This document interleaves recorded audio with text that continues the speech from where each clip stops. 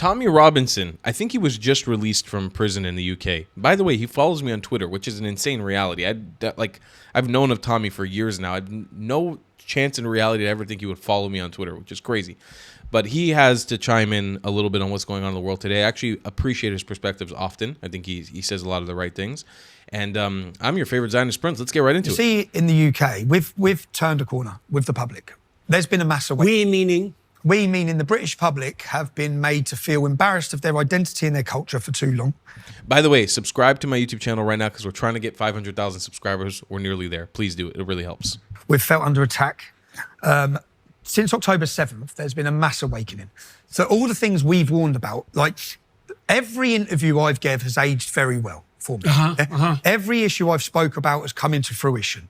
Not because I'm a genius, not because I've got anything special. It's because I was born in a town where I witnessed what mass open border Islamic immigration will do. And you told the truth. That's right. That's the other thing. And you told the truth. And I've seen it. So why did you? No, there's a mystery there still. It's not merely a consequence of where you were born. You know, like you grew up with good parents.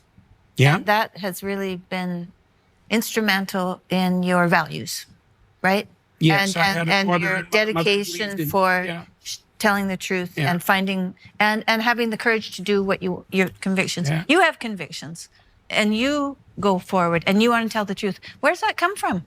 Probably I said it probably even if I didn't want to, because probably if you meet the people I've met and hear the stories I've heard. Okay. See, the other thing that happened to me, you see, when I was young, 23, younger than that, I started this when I was 13. I started looking at the worst things I could find, right? I started that when I was 13. The first thing I did that was seriously academic was a report on prison guards in Auschwitz.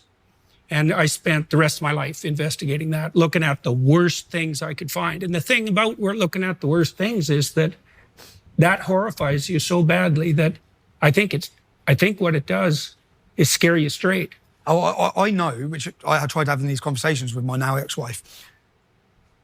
If you think you're worried now, I know what the consequences. Yeah, right. I know exactly. I know what's coming. Yeah. I've got 3 beautiful children. Yeah. If anyone's got to fight, I'll fight. Yeah. They're not fighting. Yeah. And what our cowardice is currently doing, we've bred a generation of cowards who care about themselves. Yeah. So and half my friends were the same. I'm all right. Yeah. I've got enough money. I'm okay. You can't keep running from this problem. This problem isn't going anywhere. That's right. This problem is going to explode, and on October 7th. In fact, the longer you run from it, the larger the harder it's going to get. Absolutely. Yes, that's right. 100%. And October the 7th really woke a lot of people up to see, not it happened in Israel, but to see the level of hate in every university, to see that our institutions have been taken over, to see the level of aggression and the celebration from not just a handful. We're not talking about handfuls of extremists. We're talking about the mainstream. We're talking about the Democrats. Yeah, the Democrats, the Labour Party, and we've seen a massive. So there's been a real wake up. And I have my messages. If I go through them every day, are full of people who said I hated you. Yeah. I thought you was a thug. I thought. Yeah. And I'm not perfect, and I've made mistakes because that's human. And what I've done the whole way through my activism and my career, and now my journalism, is whenever they've tried to stop me talking, I think, no, that's not like you. If you tell me not to do something, I will do it. That's always been my way. It's my character. Yeah. I mean, so, and I'm right. And I remember my wife's dad saying, "Stop, please stop. Like, do you not see the danger here?" I said, "Am I wrong? Am I wrong?" Yeah. No. So why should I stop? Well, because they're threatening us. Because they're trying to intimidate us. So every bit of police threaten this incident in Canada. Well, that doesn't deter me. You locking me up, even if you want to put me in jail, it's not going to deter me. If you're going to put me in prison now for this film, and I can't understand they make the same mistakes every time. Yeah, it's amazing. You lock me up for this film, yeah? I hope every single person in the world talks to me. Yeah, right. Yeah. I hope you bring more eyes to that film. So I'll go to jail. Jail for me is a terrifying. I might not come out of that prison sentence. And if I do, I'm going to do solitary confinement, which is going to fry my head. But I've gone through 15 years of this, yeah? And I am committed to it. You know, I look, I'm not going to sit here and claim like I know everything of Tommy Robinson's controversies. I'll give a little bit of context. When I first started traveling to the UK, when I first started traveling, period, like this is 10 plus years ago, I came across Tommy's story. And then he started working with somebody that I follow named Avi Yamini, who works for Rebel News, and they started working together. And so I became a little bit more accustomed with who Tommy was, but I still can't say that I know exactly where his controversies lie. But I know Avi Yamini's controversies are absolute bullshit. All the shit that people put on him. I've been watching him very closely, and I've actually had a chance to connect with him also in the last year, which is unbelievable. But I really believe in his messaging and his journalism.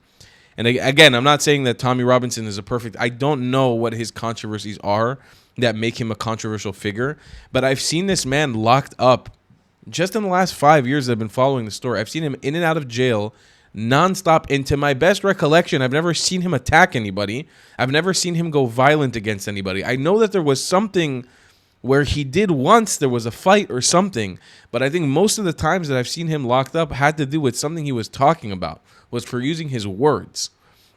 And that's when I learned the danger of freedom of speech that doesn't really exist in the UK anymore. And especially if you are talking about or criticizing Islamic circles, it can be a major issue for you. Please leave it in the comments down below if I'm wrong about what I'm saying right now, because I may be. I'm not trying to speak out of my ass. I'm just saying I'm genuinely not that informed on the situation, but I feel for this guy because I can see that the message is genuine. And besides all that, I know how much he has stepped up to the plate for Israel since October 7th, and he really has. He's gone batting for Israel. And I personally really appreciate that. But again, this isn't like an endorsement of everything that he does because I don't know his whole story. But yeah, man, it's an absolute insane situation. I think what he pointed out to, which really goes to my eye the most, is just the sheer fact of how all these universities and institutions have been absolutely 100% unequivocally infiltrated by this ideology. And it's by Qatari money, by Islamic regime of Iran money. It's high up money from high up places that are infiltrating these institutions in the West and causing some major issues. Ladies and gentlemen, that's my take. I'll see you guys in the next one. I love you a long time. Goodbye, clads. If you believe in my content and want to support me, just know your help is needed. There's a bunch of great ways to support me, being PayPal, Buy Me a Coffee, or joining my Patreon community down below. Patreon is the best way to support my channel, and you'll get a bunch of cool perks depending on what tier you join. Another great way to support me is by buying my merchandise on thetravelingclat.com. I regularly drop new merch designs like this beautiful hat, or this amazing shirt, where you can support the channel and get something cool for yourself. I also have an amazing Discord community with people from all over the world. Thank you so much for your support.